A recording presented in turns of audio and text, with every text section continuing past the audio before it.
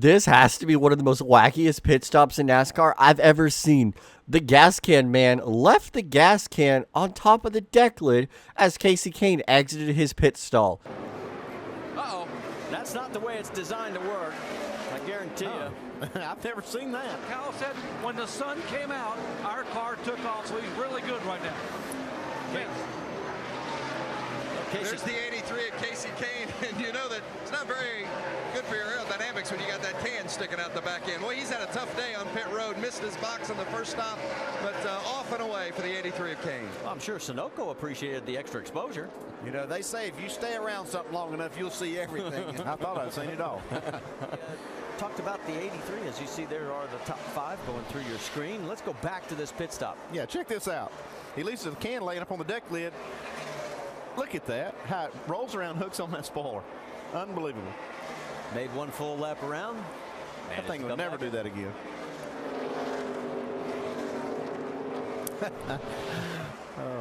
And that's the way they're supposed to look. The gas can was then hung up on the spoiler for an entire lap until Kahne brought it back down pit road and had it removed from the rear of his race car.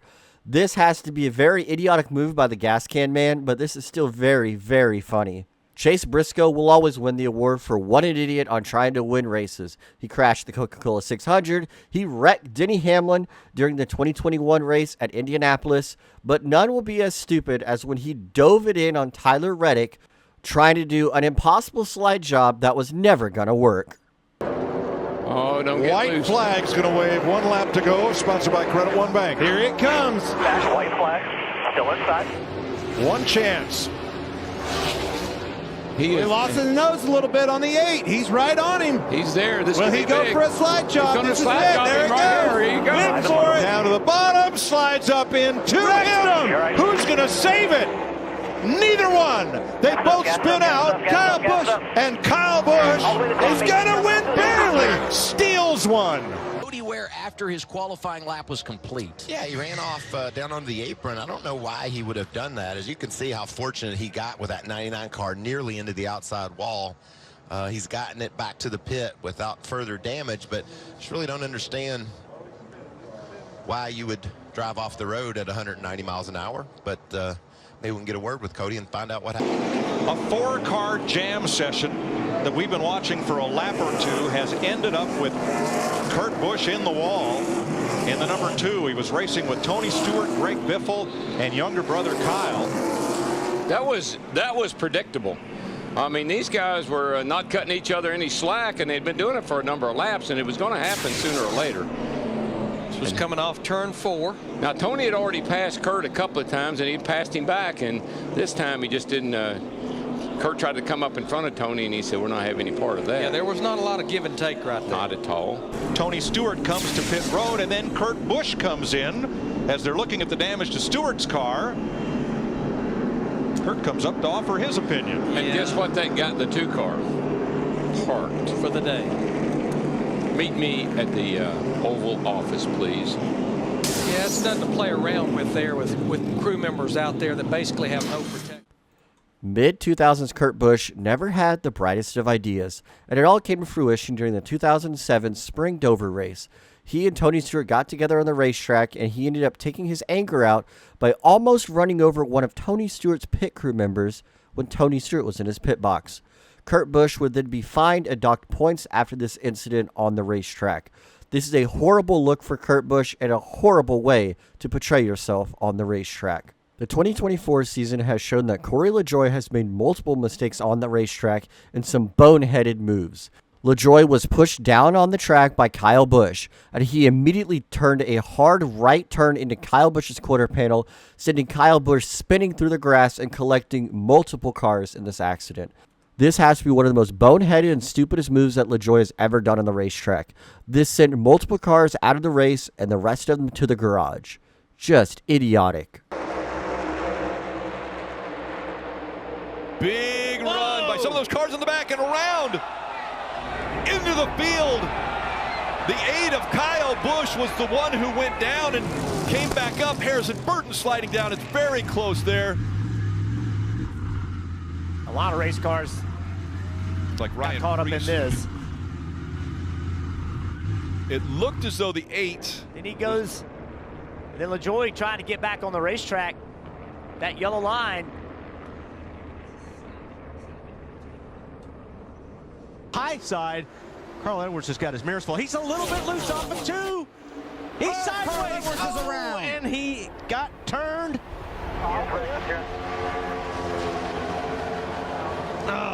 When fighting for his first ever Xfinity Series championship, Ty Gibbs had already locked himself into the Final Four. Heading into Martinsville, he just needed a great day just to be ready for Phoenix. The best thing he could do is help his teammates. Can you guess what he didn't do? Help his teammates.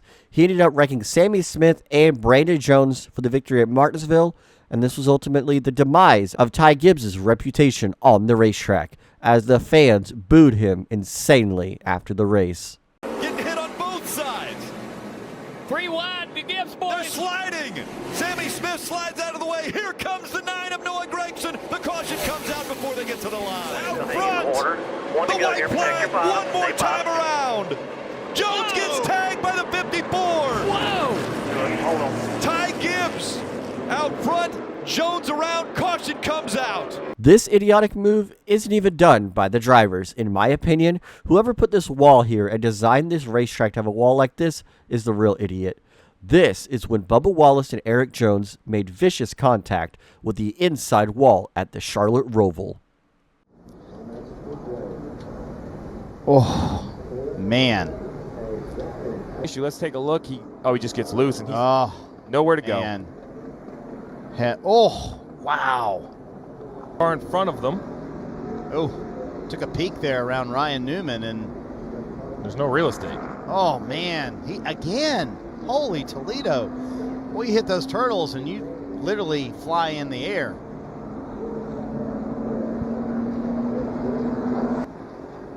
Guys, that is the biggest problem with that corner, is that it is single groove. You saw he was half a car out of the groove and had no ability. Like I said previously, Kurt Busch doesn't always make the smartest decisions. Later in his career, he definitely matured and made some better decisions. But this one was still not one of the best decisions. When he keyed up on the radio and had a huge tantrum with car owner Roger Penske listening over. Even Roger Penske had to step in to calm Kurt Busch down. Need assistance in who took for what tires. We do need assistance, however, working on a car on a flat racetrack where cars don't turn or stick. We knew this going in.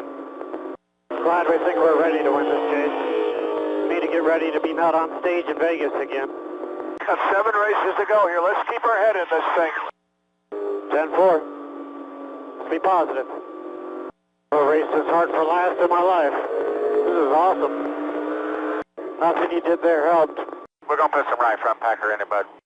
Isn't that going to take camber out of it? Just go ahead, do what you guys want. I'm sure you got computers in there to tell you what to do. Glad we're making all the highlight reels now. They don't worry about nothing about racing. We just worry about what goes on radio chatter. Probably trying to run side by side through these. I think did he just lose it? I don't know where Cody Ware came in. I saw Matty D was really close to him. He pulled right out in front of him. Right wow. there. Oh boy. That was one of those days of thunder moments right there. It's a dust cloud. Yeah. That was that time when you don't want to head for the smoke. I'd like to go back and see that replay again. The 21 I thought was right on the back bumper of Priest when he got loose. Yeah, that's what I'm curious is how Ryan Priest lost, traction in the rear and the car came around. You're going to win this race for me because it could be out of my hands. We've already packed the pit equipment up. It's already in the hauler, Clint. Well, how about the opportunity? I guess you're going to have to see who's got tires. Yeah, about everybody has tires except, as Jamie Little reported, Tyler Reddick in that 8-car. Of course, he's fallen all the way back to 6. And we've been talking about the race car drivers having trouble with this track. How about the pace car driver? So we are going to assume this is Brett Bodine just because it's fun. And he's normally the pace car driver. But, yeah, I hadn't seen that very often. This Saturday, NASCAR on Fox from Pocono, coming right back. And there's a problem on that right front. You saw the rear. They were working on that left rear, and then Kyle pulled away, and the tire is off the left rear. Those that didn't want to see Kyle Busch come down to the Truck Series and win, they're cheering. But he was a long way from winning this race. Yeah. Even with a good stop, he was going to have a battle on his hands. And just like that, in the midst of his dominance in the NASCAR Truck Series, no matter the track, Kyle Busch was almost guaranteed to win. Ultimately, this was one of the most disappointing ways to end one of his Truck Series races when Kyle Busch's tire fell off after a pit stop. Whoever tightened those lug nuts, I prayed they would not be fired, because this is so dumb to do, especially to team owner and driver Kyle Busch.